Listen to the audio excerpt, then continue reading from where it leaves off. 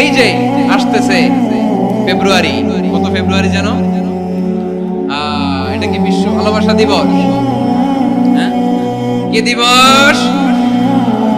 এই বিশ্ব ভালোবাসা দিবসের সাথে মুসলমানদের কোনো সম্পর্ক নাই। আমার প্রিয় ভাইরা, এই যে আপনি অবৈধ সম্পর্কে জড়ালেন, কেন আল্লাহ অশ্লীলতাকে হারাম করেছে দেখেন। বলতেছিলাম যে এটা আপনার নাসাল, আপনার জেনারেশন, আপনার লিনিয়েজ, আপনার বংশকে প্রিজার্ভ করা। কে কার বাবা, কে কার মা, বাবা মা জানা, প্রজন্মকে প্রিজার্ভ করা, এটা ইসলাম ওয়াজিব করে দিয়েছে।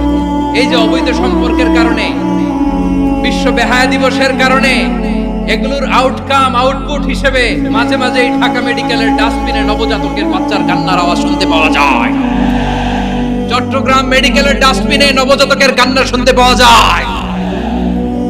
বীর চট্টলার মুসলমানেরা বুঝতে পারলে আওয়াজ করে বলেন।